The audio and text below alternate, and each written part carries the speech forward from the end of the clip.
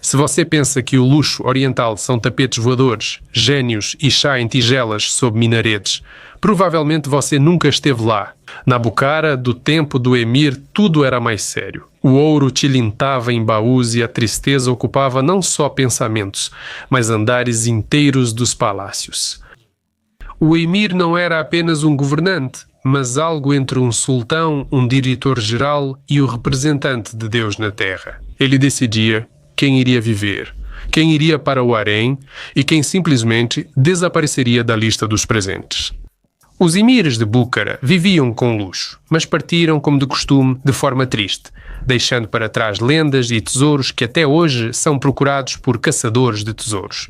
Neste episódio, vou contar exatamente como eles viviam, quem fazia massagem nos pés deles e por que um deles precisou de uma mulher mecânica. Sou Semyon e abro a sessão Como Viver. Vamos começar.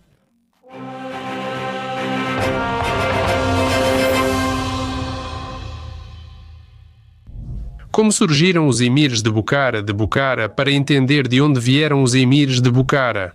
Não precisa cavar muito fundo, basta saber que a Ásia Central no século XVIII era como um bom lugar para pescar.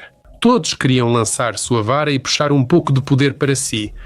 Foi nessas águas turbulentas que em 1753 emergiu o Emirado de Bucara. Seus fundadores eram representantes da dinastia Uzbeque dos Manguites, que, aproveitando a onda de anarquia política, habilmente tiraram os antigos cães do poder e declararam: agora somos emires. Como surgiram os emires de Bucara? Como surgiram os de Bucara? Como surgiram os emires de Bucara? Como surgiram os emires de Bucara? Como surgiram os emires de Bucara? Como surgiram os de Bucara? Como surgiram os emires de Bucara? Como surgiram os emires de Bucara, os emires de Bucara, como surgiram os emires de Bucara, como surgiram os emires de Bucara, como surgiram os emires de Bucara, como surgiram os emires de Bucara, como surgiram os emires de Bucara. A paz e tudo o que acontecia no país dependiam do apetite dele, tanto no sentido literal quanto no político. No século XIX, o Emirado de Bucara ficou numa posição conveniente. Tornou-se vassalo do Império Russo, parecia independente, mas era facilmente influenciado. Em São Petersburgo e Bucara, o resfriado já começava. Os emires recebiam presentes regularmente dos czares e, em troca, prometiam ficar quietos e não aprontar. Em resumo, o emir de Bucara é um autocrata oriental com um chapéu luxuoso, um harém ilimitado e uma leve dependência do vizinho do norte.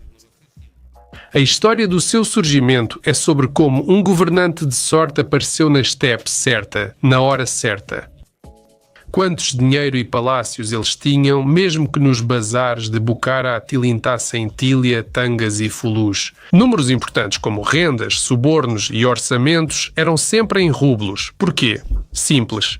Já mencionei que, desde o fim do século XIX, o Emirado de Bucara virou vassalo do Império Russo. E se você queria ser entendido em Petersburgo, era melhor falar russo e contar em rublos. Segundo relatórios da missão russa e a enciclopédia Brockhaus, a renda anual do emir era de 5 a 7 milhões de rublos. A renda do emir vinha de impostos de artesãos, taxas de comerciantes, tributos das tribos e multas dos desobedientes. Tudo o que podia ser taxado era taxado, desde camelos até contratos de casamento. E se as receitas de repente secassem, sempre era possível enviar o exército, acalmar os vizinhos e trazer para casa não só submissão, mas também algumas centenas de prisioneiros, ouro e tecidos raros. Voltando ao orçamento, 5 a 7 milhões de rublos equivalia ao de uma cidade como Emir, nível Kiev, no início do século XX, mas em vez de abastecimento de água, havia um harém com andar exclusivo para concubinas. O Emir governava o país sozinho, com o orçamento de uma grande cidade russa, sem parlamento, duma ou oposição. Para entender a escala, com esse dinheiro era possível construir uma ferrovia aproximadamente de Bucara até Samarcanda e de volta. Ou manter um exército de 10 mil homens com salário. E ainda sobraria para manter um harém, ou educar 20 mil estudantes na Universidade Imperial, ou construir 25 palácios luxuosos para que nenhum tivesse o mesmo interior. Agora imagine que esse é apenas o orçamento anual. Na fuga do último emir, Said Alim Khan, ele teria levado tesouros avaliados em 150 milhões de rublos, Fontes soviéticas afirmavam que ele tinha até 10 toneladas de ouro, parte do qual ainda é procurada por caçadores de tesouros. A lenda é boa, mas um tesouro pesado como elefantes aqui já é quase mitologia. Onde tudo isso era guardado? Nos palácios, claro. A residência principal, Arque de Bucara, a cidadela central, é mais que um edifício. É um mini-estado com sala do trono, tesouraria, harém, mesquita, prisão, jardins e fortes muralhas. Porque até mesmo o emir mais brilhante às vezes tinha que se defender não só dos inimigos, mas também dos cidadãos insatisfeitos. No verão, o emir ia para Sitarai Maki Koza, o palácio semelhante à lua, fresco, elegante e luxuoso ao estilo europeu, com espelhos, vitrais, lustres de cristal e sofás não feitos localmente. Em Bucará, arquitetos europeus e o luxo oriental se uniram para criar o Palácio dos Sonhos, onde era possível se esconder do calor, poeira e das responsabilidades. Havia residências em Samarcanda, Karshi, Chakri e Sabze, cada uma com jardins, fontes, caravanserais e haréns próprios. Na saída, às vezes parecia que o emir simplesmente viajava entre os palácios para não enjoar dos interiores, mas isso não era tudo. Os emires de Bucara possuíam palácios fora do emirado, em casas de campo ao norte, em Yalta. O palácio de Yalta do emir de Bucara, onde descansavam na brisa do mar como aristocratas russos. Em Железноводск, o palácio de Железноводск, um resort entre águas minerais e generais imperiais. Em São Petersburgo, a casa do emir de Bucara, uma saudação arquitetônica de Bucara no centro do império, e em Oremburgo, apesar de não ser palácio, havia a representação oficial do emir considerada outra residência, caso fosse necessário resolver assuntos com a corte do czar ou comprar urgentemente mais um piano de cauda. Então, quando alguém dizia rico como um emir, isso não era exagero, era uma unidade econômica de medida aplicada à arquitetura, às finanças e ao paisagismo. Esposas, concubinas e intrigas no palácio. O emir de Bucara não era apenas o chefe de Estado, ele também era o principal responsável pelo harém. Pelos cânones da Sharia quase oficialmente, o Islã permitia até 4 esposas, mas só em casamentos legais com muçulmanas. Já com as concubinas, a imaginação era limitada apenas pelos metros quadrados do palácio e pela resistência dos eunucos. As concubinas eram jovens livres de Bucara e região, convidadas ao harém pelos eunucos mais velhos com consentimento dos pais. Prisioneiras capturadas em campanhas militares eram vendidas nos mercados de escravos. Após uma seleção médica para avaliar a saúde e a aparência, às vezes garotas de longe eram exóticas e caras, como a seda de Kashgar. A entrada no harém era permitida a partir dos 13 anos, marcando o início de uma carreira de sucesso. O eunuco-chefe e os próximos do emir escolhiam as garotas e negociavam com as famílias, já que recusar era como ofender o emir na mesquita. Entrar no harém era visto como honra, principalmente para garotas de famílias respeitadas. Sim, havia tanta liberdade quanto em um jarro, mas em troca havia comida, cosméticos, servos, joias e chance de gerar um herdeiro para uma família pobre. Entregar a filha ao harém era como ganhar na loteria. Uma criança no palácio tornava a família quase aristocrata. O harém tinha etapas. Esposas embaixo, concubinas em cima, cada uma com seus servos. Não havia tédio. Havia cosméticos, cuidados, dança, poesia, música e exigências para músicos e professores. A cegueira era bem-vinda, pois isso eliminava o contato visual desnecessário. Era permitido passear apenas pelo jardim do palácio, e mesmo assim, somente com a permissão da principal mulher do harém, a mãe do emir. Ela sentava-se, tramava intrigas e fazia discussões no estilo das personagens dos seriados turcos. A mulher só podia sair dos limites do palácio usando hijab e com o rosto coberto, e não apenas com um tecido, mas com uma rede feita de crina de cavalo. Porque um véu comum não bastava para o temperamento oriental. Se um homem de outra fé se aproximasse, todas as mulheres viravam-se, escondiam-se atrás de arbustos, em nichos ou fingiam ser vasos. Mas isso também é importante. As mulheres no harém cuidavam-se como nos melhores salões. Usavam surma preta nos cílios e pálpebras e uniam as sobrancelhas em monocelha, algo moderno e erótico. Cuidados com o corpo, a pele, os dentes e as unhas. Para estar sempre pronta, mesmo se o emir lembrasse de você só uma vez por ano. Caso contrário, poderia virar uma esposa aposentada.